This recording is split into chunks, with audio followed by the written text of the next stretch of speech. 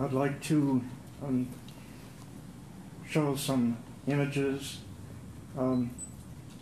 related to where the poems came from.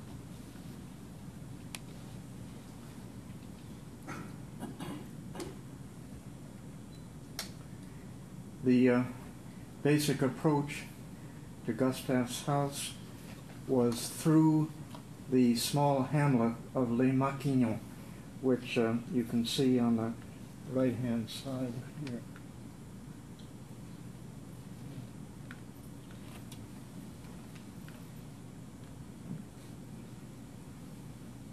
This is Les Maquignons.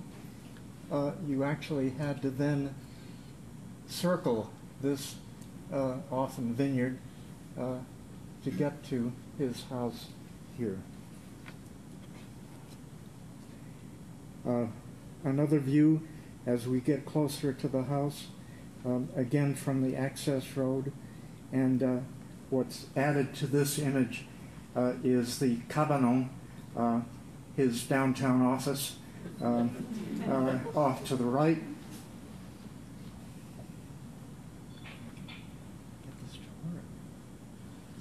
And getting closer yet to the house, the 19th century portion is the gable-roofed piece. You can see a couple doors and a small window. To the left of it is a rather domical and typically regional form of the so-called bourrie, which René Char, when he visited this property when Gus first purchased it, he described this as Petrarch and Laura. The floor plan of that original setup, and there's the house itself. Originally, the ground floor was the kitchen and dining. Later, it became the workroom, and then the perfect circle of the bourrie on the right-hand side, rather beehive shape.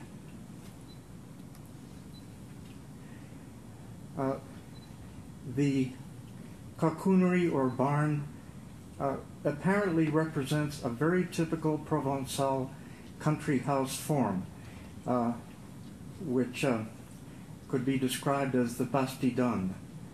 And this one is actually shown on a wine label, an almost exact replica.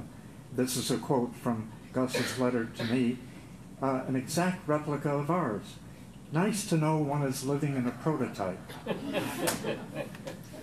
He went on to, in the letter, describe a few differences. The steps leading up to the house that you see on the left-hand side of the house, those occur on the back of his house and on the side of this one, but otherwise it's quite similar. At the time in 1965 that I spent time with him at a neighboring friend's house, actually doing a set of drawings for the rehabilitation of the 19th century part of the building. And when it was finished, he wrote and had published this otherwise unpublished écrit writing for the doorstep of Chaplade, which was the name of the home and the property. Here's my rather rough translation of this short poem poster of his. He put them up around town everywhere. This cluster of stone,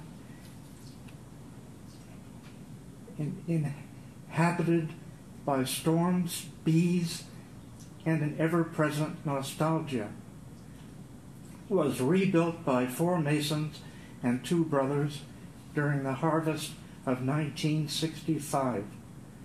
Each of these in refusing to disappear, has accepted all rules of its outreaching vines.